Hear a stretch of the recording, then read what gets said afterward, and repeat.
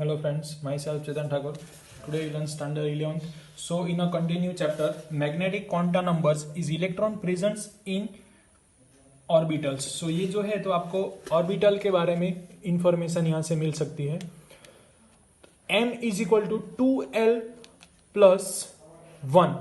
अब orbital means क्या, तो सपोज सेल होगी, सेल के अंदर सब सेल होगा और सब सेल के अंदर ऑर्बिटल होगी, और ये जो ऑर्बिटल होगी उसके अंदर maximum only 2 electron can be present in only 1 orbitals. So ये सेम कॉन्सेप्ट को अप्लाई करते हैं मैग्नेटिक क्वांटम फील्ड पे. n equal to 1 it means first shell. So value of l is equal to 0 because l is equal to n minus 1, therefore 0 minus 1, n equal to 1, 1 minus 1, 0. 0 it means represented by L2 small l. L2 small l. 0 to small l. 0 to small l. It means 0 to l equal to 0, therefore only one value. Now L, N, L is represented now m. So value of m is represented minus L2 plus L. Minus L2 plus L. So represented that. What is 0? 0 it means only one subcell presents, and value of m. What is value of n here? So L equal to 0, therefore value of 1 equal to only 1. But value of m equal to 1, but 1 so value यहाँ पे आप m की value 1 आती है, तो अब यहाँ पे माइनस l टू l में रिप्रेजेंट करता है, तो 0 इक्वल टू 0 ही है, तो उसकी जगह पे हम ऐसे ही 0 ही लिखेंगे. तो कौन सी सब सेल प्रेजेंट 0 यानी कि 1. सो यहाँ पे s ऑर्बिटल बोल सकते हैं. So n equal to 1 it means s orbital. So यहाँ पे 0 के फॉर्म में s सब सेल है, उसको भी आप s ऑर्बिटल बोल सकते हो, क्योंकि यहाँ पे ओनली 1 ऑर्बिटल आर प्रेजेंट. सो यहाँ पे ये बात आपको क्लियर होनी चाहिए. फर्स्ट n इक्वल टू 1 यानी कि 1 shell is l equal to 0 is represented information about subshell, and then subshell के अंदर जो ऑर्बिटल होती है उसके बारे में इंफॉर्मेशन आपको small m magnetic quantum number से मिल सकती है. तो ये इंफॉर्मेशन के लिए m में एक ही वैल्यू आती है, तो only 1 orbitals are present in first shell. So first shell subshell कितनी होगी उसमें एक, उसका नेम क्या होगा 0. 0 मीन्स s सब सेल, और s सब सेल के अंदर ओनली s ऑर्बिटल होगी, यानी कि फर्स्ट होगा, तो उसमें कितने टोटल इलेक्ट्रॉन हो सकते हैं, only 1 subshell presence, it mean 2 electron maximum presence. Now same n equal to 2. So what is value of l? 2 minus 1, it means value of L equal to 1. L equal to 1. So 0 to L represented, it means 0 and 1. So 0 means S subcell. 0 means S subcell. और यहाँ पे P means P subcell. So in 0 subcell, we know that which orbit s orbitals are present. Now p, value of this p, it means l equal to 1. So m means what? 2 into 1, 2 plus 1, it means 3. So answer is 3. It means here 3 in p, 3 orbitals can be represented. So answer we have to given 3. Now what is represented? Minus l to l. So minus L to L. Value of P is equal to what? So total number of orbitals are present. P जो होगी उसमें total सब cell कितनी होगी, यहाँ पे 1 apply करेंगे तो 1 प्लस 1, टोटल सब सेल 3 होगी. अब ये 3 को कैसे रिप्रेजेंट करना है, तो P की वैल्यू कितनी है यहाँ पे 1. So minus L to L, it means minus 1, 0 and then 1. So P shell है, उसमें कितनी P सब सेल है, तो उसमें कितनी ऑर्बिटल होगी, टोटल 3 ऑर्बिटल होगी.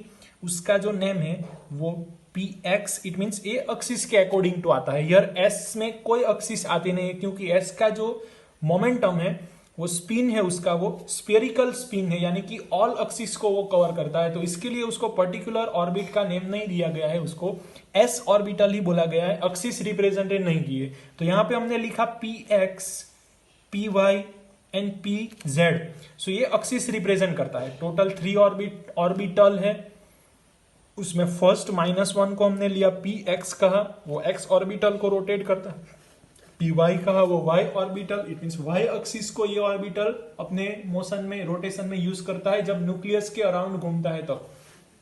और जेड एक्सिस को रिप्रेजेंट करता है, तो इसके लिए हमने जेड लिखा है। तो यहां तक आपको क्लियर हुआ। अब next 4 n equal to 3, n equal to 3, so L equal to what? Using this equation L equal to 2, L equal to 2 को हमें रिप्रेजेंट करना है 0 to L के फॉर्म में। तो आपको क्या मिलेगा? 0 to L के फॉर्म में रिप्रेजेंट करेंगे तो एक तो 0 मिलेगा, दूसरा आपको 1 मिलेगा, और 2 है तो उसको हमने 2 दे दिया। सो ये क्या वैल्यू मिली आपको? L इक्वल टू 2 की 3 सब सेल है। एक S बोलेंगे उसको, ये इसको P बोलेंगे, और इसको क्या बोलेंगे हम? S, P and D। सो ये s ऑर्बिटल, p ऑर्बिटल, और ये d subshell. Now this subshell represented different m means what here? we know that magnetic, it means represented orbital। so जो हम जानते हैं s में कितनी रहेंगी? s orbital. p में टोटल कितनी रहेगी? 3, एस में तो एक ही रहेगा। ये सारी जो चीजें है वो अंडरस्टैंडिंग के लिए, ये आपको समझ में आएगा तो आगे का हम जो शेप एंड रोटेशन सीखेंगे ऑर्बिट का वो समझ में आएगा। उसके अकॉर्डिंग टू आपको VSQ पूछ सकते हैं। तो डी टोटल 3 है, कौन कौन सी? तो PX, PY and PZ, total 3 orbital से। एक ऑर्बिटल में मैक्सिमम कितने रह सकते हैं? यहाँ पे 2 electrons, it means 2 + 2 + 2 4, 2 + 2 + 2 6 + 2 8। now now in later calculation n equal to here d L equal to 2, so equation is 2L + 1, it means 2 into 2 4 + 1, it means total 5। so what 5?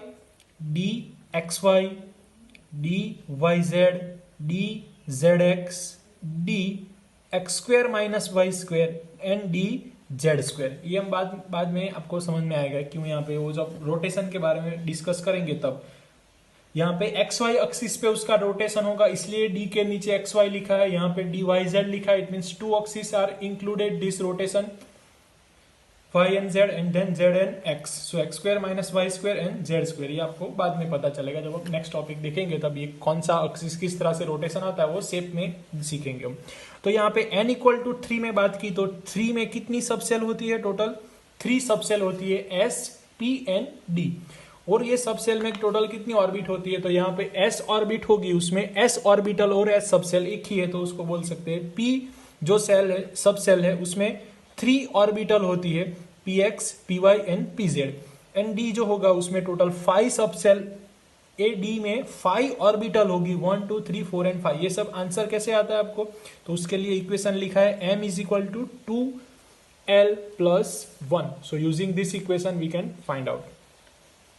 Now n = 4। So n = 4 के लिए L क्या होगा? तो 4 - 1 यानी कि 3 होगा, it means 0 already represented S, P can be represented 1, 2 can be represented D and 3, these 3 can be represented by F। तो S, P, D, F ये आपके सब सेल के नेम हुए। अब ये सब सेल के अंदर ऑर्बिटल होगी तो उसके लिए M फाइंड करेंगे हम। तो 0 के लिए M कितना आएगा? तो यहाँ पे क्या आएगा? 1 आएगा, बट उसको हमें रिप्रेजेंट करना है, कैसे फॉर्म में रिप्रेजेंट करना है उसको? -L to L के फॉर्म में रिप्रेजेंट करना है, -L to L के फॉर्म में, वे L की वैल्यू को। So L equal to what here? 0 - 1, L equal to 1, it means -1 -L to L, it means 0 1 and +1 is only 0, so is a S। now D = 2, so 2 into 2 4, 4 plus 1 5, total कितनी orbital होंगी उसमें 5। सो ये जो 2 है उसको हमें represent करना है -l टू l के फॉर्म में। सो -2 आएगा, -1 आएगा, 0 आएगा, 1 आएगा एंड पॉजिटिव 2 आएगा। और ये जो एक्सिस होगी वो d होगी, यानी कि जो हमने यहाँ पे रिप्रेजेंट की है वो।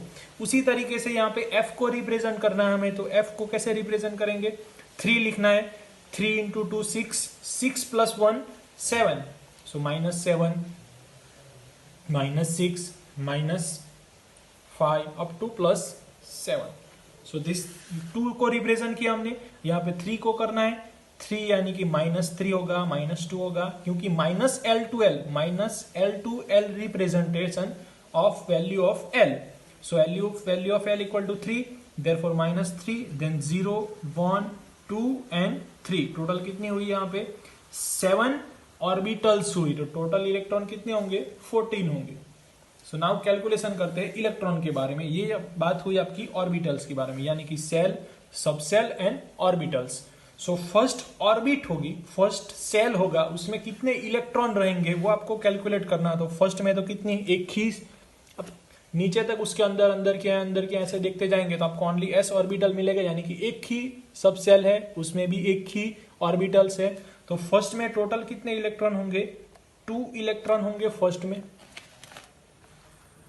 नाउ सेकंड की बात करते हैं, तो सेकंड में क्या है, फर्स्ट s ऑर्बिटल है, यानी कि 2 इलेक्ट्रॉन यहां पे हुए, तो 2 इलेक्ट्रॉन हुए, प्लस 2 इलेक्ट्रॉन किसके हुए, s के हुए। अब p के कितने इलेक्ट्रॉन हुए, टोटल कितनी ऑर्बिटल है, 3 ऑर्बिटल है, यानी कि 2 + 2 + 2, टोटल इलेक्ट्रॉन 6 हुए। सो 6 electron present in p orbitals, तो टोटल कितने हुए 8 इलेक्ट्रॉन। तो इसी तरह से आप जो अभी तक पढ़ते आए हो, वो सेकंड सेल में 8 इलेक्ट्रॉन होते हैं, तो उसका ये रीजन है। सो सेकंड सेल में कितने इलेक्ट्रॉन रहेंगे 8, उसमें 2 इलेक्ट्रॉन होंगे वो s ऑर्बिटल के होंगे, और बाकी के जो 6 इलेक्ट्रॉन होंगे वो p सब सेल के 3 ऑर्बिटल की वैल्यू होगी। नाउ थर्ड की कैलकुलेशन करेंगे, तो थर्ड के लिए हमें s में कितने रहेंगे 2 इलेक्ट्रॉन, यानी कि 2 electron for s orbitals. p में 2 + 2 + 3, 3 ऑर्बिटल है, देयरफॉर डबल, मैक्सिमम कितने रह सकते हैं, तो 6 इलेक्ट्रॉन उसके आ जाएंगे, p सब सेल के आ जाएंगे। उसमें एक सब सेल है d, तो d में टोटल कितनी ऑर्बिटल है 5, इट मींस मैक्सिमम कितने रह सकते हैं उसमें 10 इलेक्ट्रॉन रह सकते हैं। तो सभी का हम एडिशन करेंगे तो आपको मिलेगा 18 इलेक्ट्रॉन। सो थर्ड में कितने रह सकते हैं, मैक्सिमम 18 इलेक्ट्रॉन रह सकते हैं। तो उसी तरह से क्या फोर्थ का कैलकुलेशन कर सकते हो, यहां पे 2 s के, 2 इलेक्ट्रॉन s के, उसी तरीके से यहाँ पे 1, ये जो d का है, p का आएगा वो कितने आएंगे 6 इलेक्ट्रॉन, वो तो फिक्स है। d का भी हमने देखा, यहाँ पे कितने इलेक्ट्रॉन रह सकते हैं 10 इलेक्ट्रॉन रह सकते हैं। तो यहाँ पे टोटल कितनी ऑर्बिट है 3 + 3 6 + 1 7, सो 14 इलेक्ट्रॉन एक्स्ट्रा आ जाएंगे। कौन सी ऑर्बिट, कौन सी सब सेल में से, f सब सेल में से। सो उसमें आपको कैलकुलेट करने 14, सो टोटल आंसर आएगा 32 इलेक्ट्रॉन। सो फोर्थ ऑर्बिट में और फोर्थ सेल में 32 इलेक्ट्रॉन। तो इस तरह से ये सब कैलकुलेशन होता है। अब आपको लिखना हो तो फर्स्ट सेल है, सो नेक्स्ट 4 क्वांटम नंबर देख लेते हैं। स्पिन क्वांटम नंबर, ये जो न्यूक्लियस है उसको मैंने यहाँ पे ये शेप में दिखाया, 3 डायमेंशनल फिगर। ये जो पता है हमने इलेक्ट्रॉन इस तरह से घूमते हैं, सपोज ये इलेक्ट्रॉन इस तरह से घूमेगा, उसके अराउंड ऐसे घूमता रहेगा। दूसरा इलेक्ट्रॉन यहाँ पे लिया, ये जो 2 इलेक्ट्रॉन लिए वो कौन से इलेक्ट्रॉन लिए, वो फर्स्ट, इट मींस ऑर्बिटल में जो होते हैं वो, यानी कि ये सपोज यहाँ पे मैक्सिमम कितने इलेक्ट्रॉन रह सकते हैं 2 इलेक्ट्रॉन रह सकते हैं। और second floor, it means second orbit, उसके पास क्या है 1s है, तो s में तो कितने रहेंगे 2 इलेक्ट्रॉन रहेंगे। बट यहाँ पे p में टोटल कितनी ऑर्बिटल है 3 ऑर्बिटल है, तो ये एक में 2 रहेंगे, यहाँ पे 2 रहेंगे, यहाँ पे 2 रहेंगे। तो आप किसी भी ऑर्बिटल में से 2 ही रहेंगे, तो वो ऑर्बिटल के इलेक्ट्रॉन यहाँ पे हमने दिखाए हैं। तो ये अंडरस्टैंड हुआ आपको, कोई सेल के इलेक्ट्रॉन नहीं है, कहाँ पे सेल में अंदर सब सेल के अंदर जो ऑर्बिटल होगी, अब किसी भी सब सेल की ऑर्बिटल ले लो, s p d f any, उसमें मैक्सिमम कितने रह सकते हैं, एक ही ऑर्बिटल में 2 इलेक्ट्रॉन कैन बी कंसिडर और arrange by this orbitals. So ये जो इलेक्ट्रॉन है उसका हमने स्पिन दिखाना है, यानी कि वो दो टाइप का हो सकता है, क्लॉकवाइज और anti clockwise. For our understanding, suppose clockwise electron can be arrangement by this arrow and anti clockwise arrange by this arrow. So ये जो ऑर्बिट है उसको हम ऐसे बॉक्स में दिखाएंगे, तो इस तरह से हम रिप्रेजेंट करते हैं. तो वो क्या दिखाता है, एक ऑर्बिटल है, उसमें मैक्सिमम 2 इलेक्ट्रॉन रहेंगे और कंपलसरी है उसमें 1 क्लॉकवाइज रोटेशन होगी, अनदर एंटी क्लॉकवाइज रोटेशन होगी. ये जो रोटेशन है, ये जो इलेक्ट्रॉन है वो न्यूक्लियस के अराउंड भी घूमेंगे और अपनी खुद की ऑर्बिट पे ही वो घूमेंगे, यानी कि उसका जो टोटल मोमेंटम होगा वो क्लॉकवाइज एंटी क्लॉकवाइज यानी कि अपोजिट डायरेक्शन है, तो टोटल मोमेंटम उसका नेट मोमेंटम कैंसल आउट हो जाएगा और हमें 0 मिलेगा. और इसका जो क्वांटम मोमेंटम है उसको हमें 1/2 के फॉर्म में लेना है. तो जो क्लॉकवाइज है उसको हम +1/2 देते हैं और जो -1/2 देते हैं. जो एंटी क्लॉकवाइज है उसको हम ना, जो मोमेंटम है उसको हम लेते हैं -1/2. सो कैंसल आउट हो जाएगा ये. सो ये जो उसका मोमेंटम है उसको हमने कैंसल आउट, उसकी जो वैल्यू दी गई हमें उसको हमने क्लॉकवाइज सपोज दिया तो उसको +1/2 लिया, एंटी क्लॉकवाइज लिया तो -1/2 लिया. तो एस ऑर्बिटल में यहाँ पे कितने हैं, टोटल 2 इलेक्ट्रॉन होंगे, तो उसको हम क्या लिख सकते हैं, +1/2 लिख सकते हैं, -1/2 लिख सकते हैं. उसी तरीके से पी एक्स ऑर्बिटल है तो उसमें 2 इलेक्ट्रॉन होंगे, 1 upper arrow 1 lower arrow, it means value is -1/2 +1/2, so cancel out. So this is our spin quantum number represented. Electron जो होते हैं वो न्यूक्लियस के अराउंड घूमते हैं प्लस अपनी खुद की ऑर्बिट पे भी वो अपनी रोटेशन करते हैं. और उसका clockwise, 1 is clockwise so another is anti clockwise, this is clockwise so another is anti clockwise. It means net momentum can be cancel out. So we get -1/2 and +1/2 value can be find. So इस तरह से हमें ये जो आपको value है वो मिल सकती है. Now after learning this 4 quantum number we can find out और वी अंडरस्टैंड दैट n = 1 लेंगे तो l की वैल्यू आपको 0 मिलेगी. सो उसमें जो प्रेजेंट्स है ऑर्बिटल्स, सो उसको फर्स्ट ऑर्बिट की है इसलिए उसको क्या बोलेंगे हम, 1s बोलेंगे. उसी तरीके से n = 2 लेंगे तो l की वैल्यू 1 मिलेगी. उसमें जो ऑर्बिटल है, प्रेजेंट्स होने वाली जो सबसेल में जो ऑर्बिटल है उसका नोटेशन इस तरह से होगा कि वो उसमें कितना है 1s से, बट सेकंड सेल की वो ऑर्बिटल है इसलिए 2s और उसका 2p. उसी तरह से n = 3 लेंगे तो l की वैल्यू आपको 2 मिलेगी और उसका नोटेशन सिग्निफिकेशन इस तरह से होगा, थर्ड है तो थर्ड सेल में presents s orbital, third shell में presents p orbital and third shell में प्रेजेंट्स d ऑर्बिटल्स. उसी तरीके से फोर्थ सेल की बात करेंगे तो l की वैल्यू 3 मिलेगी हमें. तो फोर्थ सेल में रहने वाली s ऑर्बिट, फोर्थ सेल में रहने वाली s ऑर्बिट, फोर्थ सेल में रहने वाली p ऑर्बिट, इस मीन्स 4p होगा. तो फोर्थ सेल में रहने वाली d orbit, so d orbital 4d होगा and then f orbit is means 4f. So first shell में मैक्सिमम 2 इलेक्ट्रॉन, सेकंड सेल में maximum we have count 8 electron, third shell में total count how many electrons, 18 electron and then fourth shell में हमने count किया यहाँ पे 32 electron. तो इस तरह से cell, then subcell and in subcell orbitals. तो ये कॉन्सेप्ट से आपको s p d f और 1s 2s 2p 3s 3p इस तरह से होगा. अब जैसे ही फोटोन के फॉर्म में एनर्जी मिलेगी तो ये जो उसका रोटेशन है वो किसी भी ऑर्बिट में हो सकता है, जैसे कि फर्स्ट में से सेकंड में चला गया, ये सेकंड का जो है वो p में चला गया, उसका 3s का यहाँ पे चला गया, उसका यहाँ पे चला. तो अंदर ओनली थर्ड सेल में ही जो उसके अंदर रहने वाली जो ऑर्बिटल है उसके अराउंड इंटरचेंजिंग इलेक्ट्रॉन की होती रहेगी एनर्जी में.